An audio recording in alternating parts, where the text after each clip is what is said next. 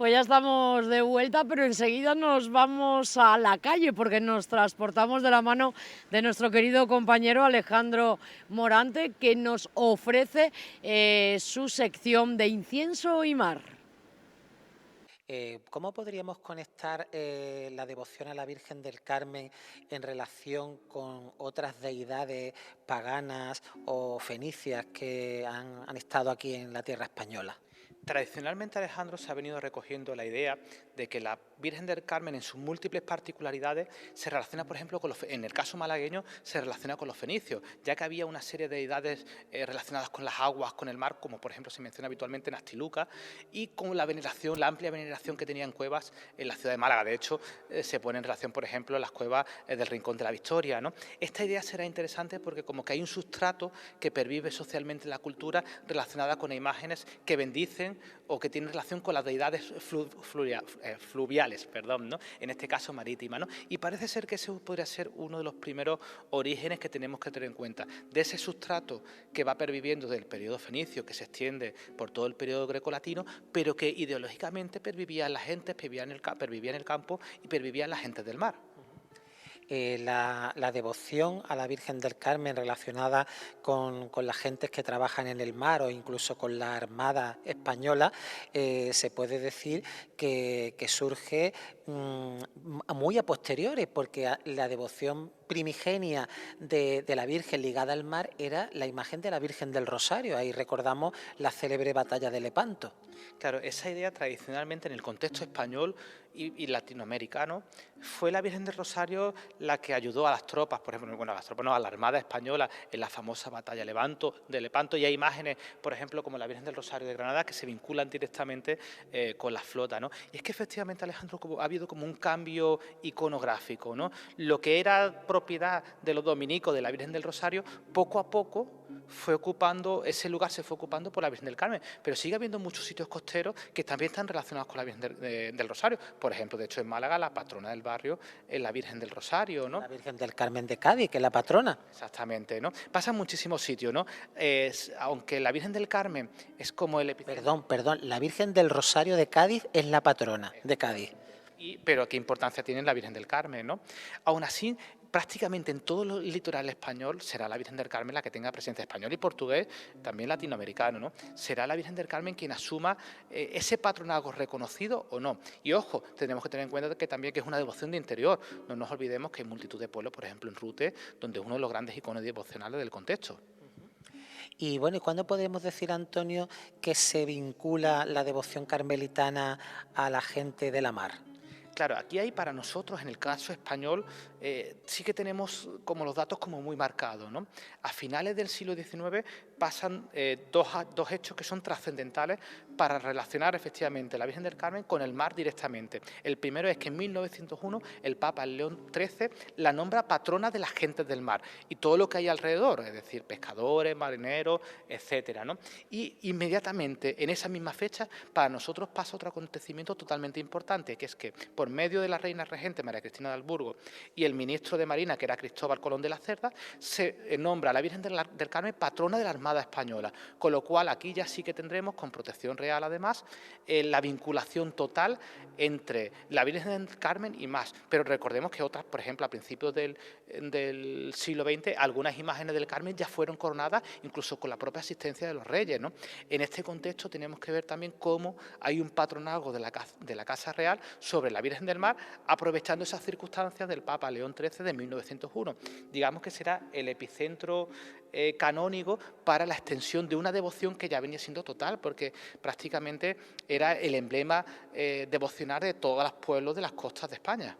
Precisamente, Antonio, en este año 2025 se celebra el centenario de la primera coronación canónica de una imagen de la Virgen del Carmen en España, cual fue la Virgen del Carmen de Jerez de la Frontera, una ciudad que no es marítima precisamente y que fue apadrinada por el rey Alfonso XIII, por Victoria Eugenia y por Miguel Primo de Rivera, que era el presidente del gobierno en aquel entonces. Claro, no es una ciudad marinera, pero es terriblemente carmelita, ¿no? Eso pasará en Córdoba también, es decir, decir, es interesante el fenómeno de las ciudades con río, donde incluso en algunas de ellas también se hacen procesiones fluviales, ¿no?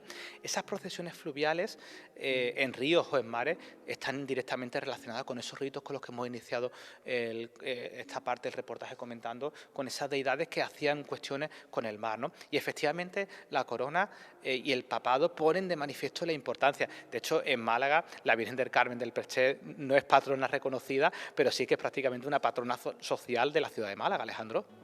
De hecho, la Virgen del Carmen del Perché viene protagonizando una salida desde el interior de la Santa Iglesia Catedral, como si fuese prácticamente la patrona.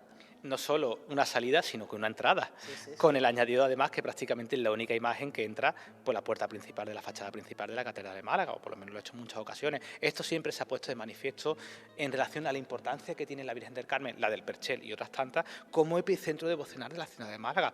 La Virgen del Carmen es la gran devoción malagueña por encima de todos los patronazgos que tenemos actualmente, sin lugar a dudas, descartando las imágenes de Semana Santa como puede ser el Cautivo o la Esperanza.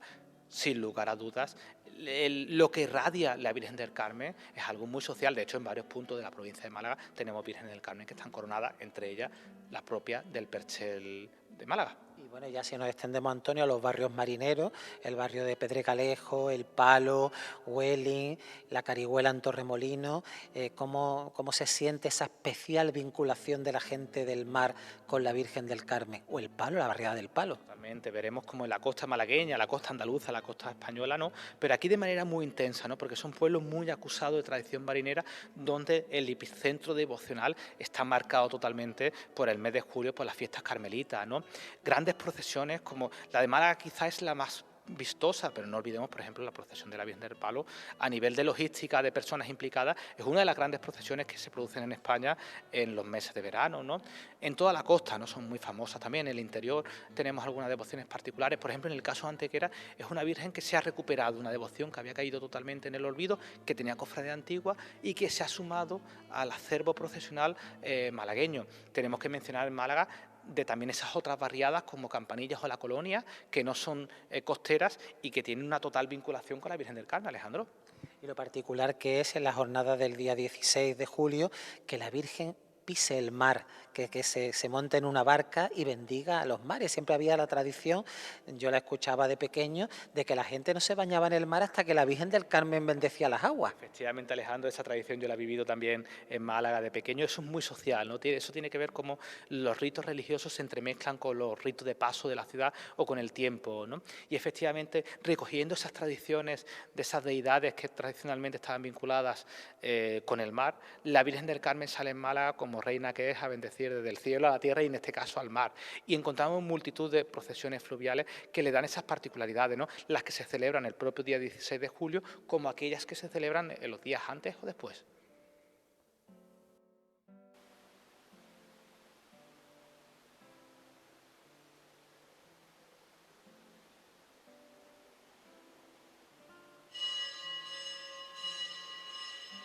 Antonio, ¿qué podríamos señalar sobre las devociones más antiguas, tanto escultóricas como pictóricas, de la imagen de la Virgen del Carmen? Es un fenómeno, Alejandro, bastante interesante porque efectivamente estas imágenes más antiguas dentro del ideario carmelita están relacionadas, por lo menos dos de ellas, directamente con el propio Monte Carmelo.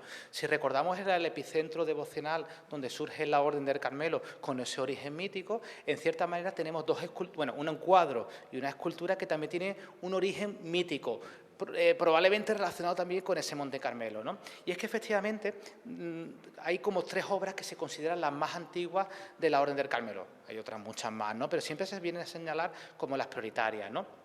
La primera obra que tenemos que mencionar se le llama La Bruna. La Bruna es la oscura, la negra. Es una pintura que se cree que era la que estaba originalmente en esa primera iglesia del Monte Carmelo y que en esa historia que nosotros ya hemos conocido de la expansión del Islam y en el periodo de las cruzadas, se la llevan. Es decir, cuando los frailes carmelitas tienen que salir corriendo del Monte Carmelo, se la llevan con ellos con otros enseres, ¿no? Este sería como uno de los primeros testimonios de iconografía carmelita totalmente conservada y además relacionados con ese origen origen mitológico o mítico que es el propio Monte Carmelo, ¿no? Esta imagen en la que actualmente se encuentra en Nápoles es uno de los grandes iconos devocionales de Italia, sin lugar a dudas, y en la ciudad de Nápoles, ¿no? La siguiente imagen, que, bueno, por cierto, este cuadro está coronado desde el año 1875. Sería una de las primeras coronaciones. Efectivamente, y además es una de las primeras coronaciones, para nosotros un tanto particularidades, porque nos cuesta entender que los cuadros estén coronados, pero en Italia es un fenómeno muy habitual, mucho más que las imágenes escultóricas coronadas, ¿no? Estamos hablando de una imagen, de una devoción imponente. Les recomendamos también a nuestros espectadores que vayan a visitar la basílica donde se encuentra ubicada en Nápoles, porque es una de las más importantes que van a encontrar en la cristiandad, ¿no? En relación con ese origen mitológico y con el propio Monte Carmelo, se encuentra la siguiente imagen que nosotros vamos a mencionar, que en este caso es escultórica, que también se relaciona con el Monte Carmelo, y se cree que también está en una capilla más pequeña o lateral o en algún sitio ubicada en ese Monte Carmelo, donde de nuevo los frailes se tienen que escapar y se llevarían tanto la imagen del cuadro como la imagen escultórica. Esta imagen escultórica es Nuestra Señora de Trapani, que además está realizada en alabastro. Es una imagen que marcará en cierto modo el desarrollo escultórico de lo que pasará posteriormente con la iconografía de la Virgen del Carmen. De hecho, si vemos esta imagen en el alabastro y vemos cualquiera de las imágenes de olor del siglo XXI o del siglo XX, siglo XXI y final del siglo XIX, prácticamente encontraremos una extrapolación de los modelos, ¿no? En esto tenemos que añadir una cuestión que para nosotros es bastante interesante. Claro, que es que España se convierte en uno de los primeros centros receptores de la Orden del Carmelo. Nosotros por eso hemos contado toda esta historia, como desde las Islas Británicas se irradia la devoción del Carmelo a tierras españolas que poco a poco se van conquistando al mundo islámico hasta finalizar en 1492 con el Reino de Granada. Pero en este contexto se relaciona también una de las imágenes más antiguas vinculadas con el Carmelo, que es una de las que había en Sevilla, que es en Casa Grande, estaba Nuestra Señora del Carmen, que además era una imagen realizada en alabastro, ¿no? Que un poco viene a seguir todo lo que es el ideario configurado por la imagen de Nuestra Señora de Trapani. Con lo cual, aquí tendríamos un poco la tríada inicial de imágenes primigenias que van conviviendo con otras realidades prácticamente coetáneas y van poniendo de manifiesto cómo la Virgen del Carmen era uno de los grandes epicentros devocionales en la Edad Media. Ha citado esa Virgen del Carmen que presidía el convento Casa Grande del Carmen, ¿no? Una imagen realizada en alabastro que actualmente nuestros telespectadores pueden contemplar en la parroquia de San Lorenzo de Sevilla, una imagen de alabastro que incluso en la época barroca pues se llegó a sobrevestir, siguiendo la moda de la corte. La iconografía de la Virgen del Carmen ha sido bastante estable a lo largo del tiempo, pero por supuesto inevitablemente ha ido adaptando un poco a las modas de los periodos. Las grandes esculturas de piedra, en madera, se revestían con grandes telas, ¿no? Ahora la tendencia quizás es mostrar las imágenes de una manera más depurada, como puede ser la patrona de Málaga, pero sí que es cierto que la Virgen del Carmen, como podemos ver, es que estamos hablando, cuando pensamos en las imágenes más antiguas de la Virgen del Carmen de España, estamos hablando de imágenes a la altura de la Virgen del Rocío, por ejemplo, de Almonte. Es decir, son devociones consolidadas en fechas muy, muy tempranas, que irán irradiando poco a poco a lo largo de toda España. Por supuesto, en el momento que se conquista el Reino Nazaret de Granada y se conquista Málaga, los carmelitas están a la avanzada de las órdenes religiosas que están llegando a la ciudad, y inmediatamente empezarán a llegar a imágenes y órdenes religiosas o órdenes relacionadas con el Carmelo, Alejandro.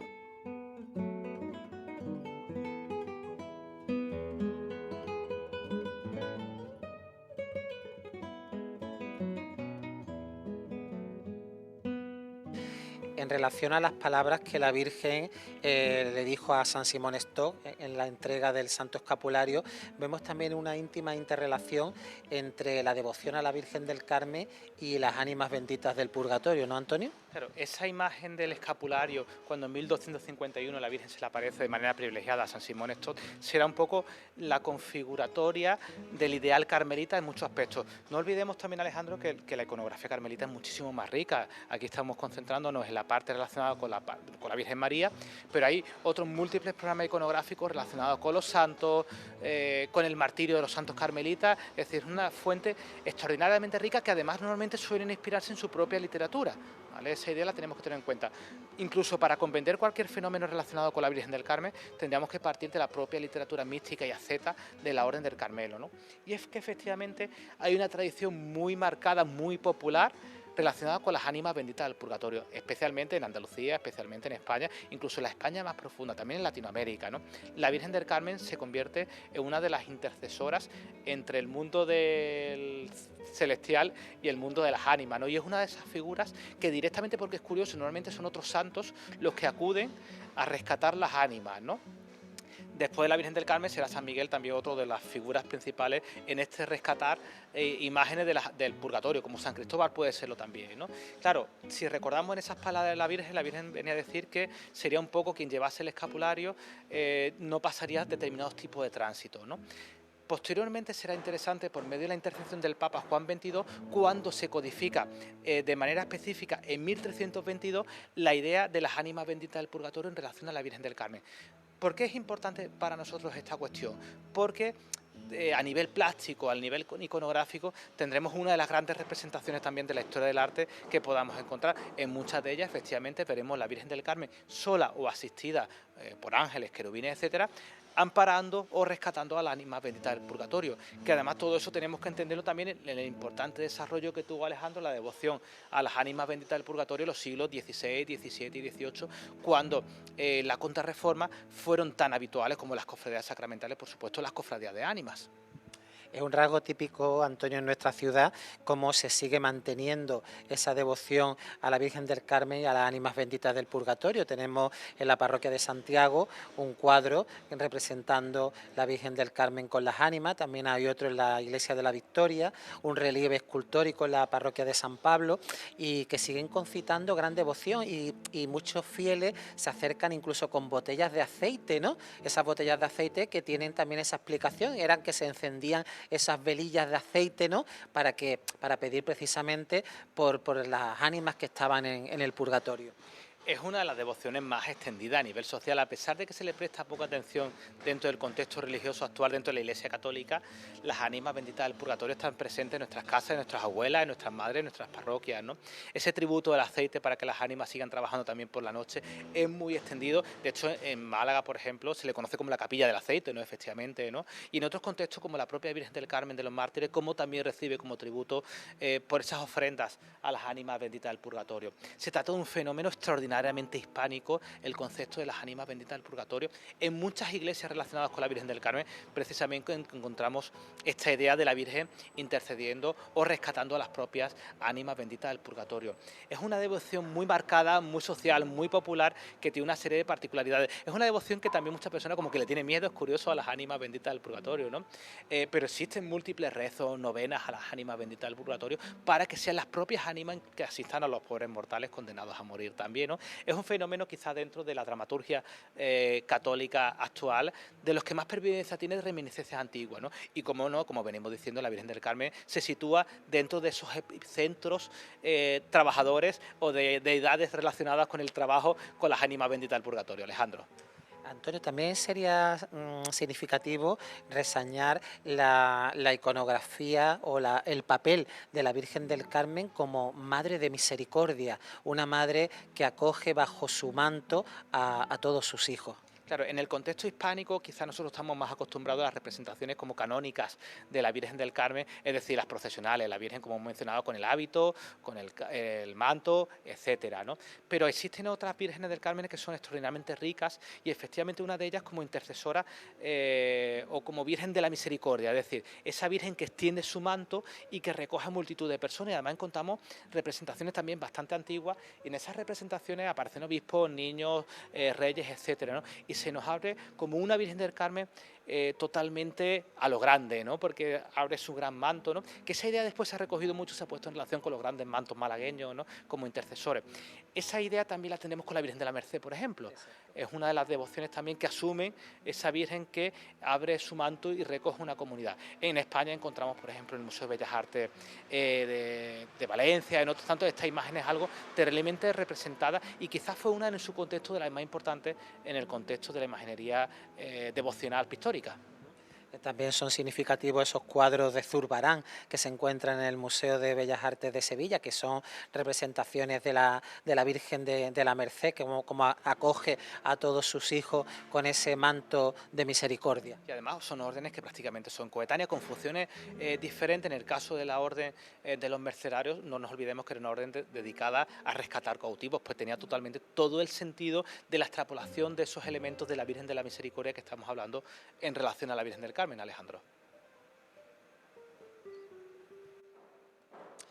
Bueno, señalar, Antonio, de que la Virgen del Carmen, que preside esta iglesia conventual de San José de Madres Carmelitas Descalzas de Málaga, es una imagen procedente de la ciudad de Antequera, que tiene rasgos cusqueños de esta zona de América del Sur. Una imagen que preside este retablo de la iglesia de San José y que tan magníficamente viste Francisco Navarro, un vestidor muy consolidado, ¿no?, en otras imágenes de nuestra Semana Santa, como la Virgen de Consolación y Lágrimas o la Virgen de Nueva Esperanza. Antonio, ya hemos puesto las bases de lo que es el estudio de la orden carmelitana, de la iconografía y bueno, y en los siguientes reportajes que vamos a hacer para esta serie de Incienso y Mar, ¿qué tipo de imágenes de la Virgen del Carmen vamos a analizar en los siguientes reportajes? Bueno, pidiendo primero disculpas porque las queremos a todas, pero no las podemos recoger en el tiempo que necesitaría hacer un barrido por todas las que existen en Málaga. Hemos intentado recoger una muestra, si no representativa, popular. Sería un poco el indicativo, ¿no? ¿Cómo la hemos agrupado? Por un lado tenemos, en general, todas hacen estación de penitencia, que no es la palabra... De gloria, que no es salida de gloria, que no es el término correcto. Y después tendremos un segundo pequeño grupo de algunas imágenes que están en iglesias, que ahí tendremos, por ejemplo, la Virgen de Estela de Mari, la del Sagrado Corazón y alguna más, que son bastante importantes para comprender el ideario carmelita de la ciudad de Málaga.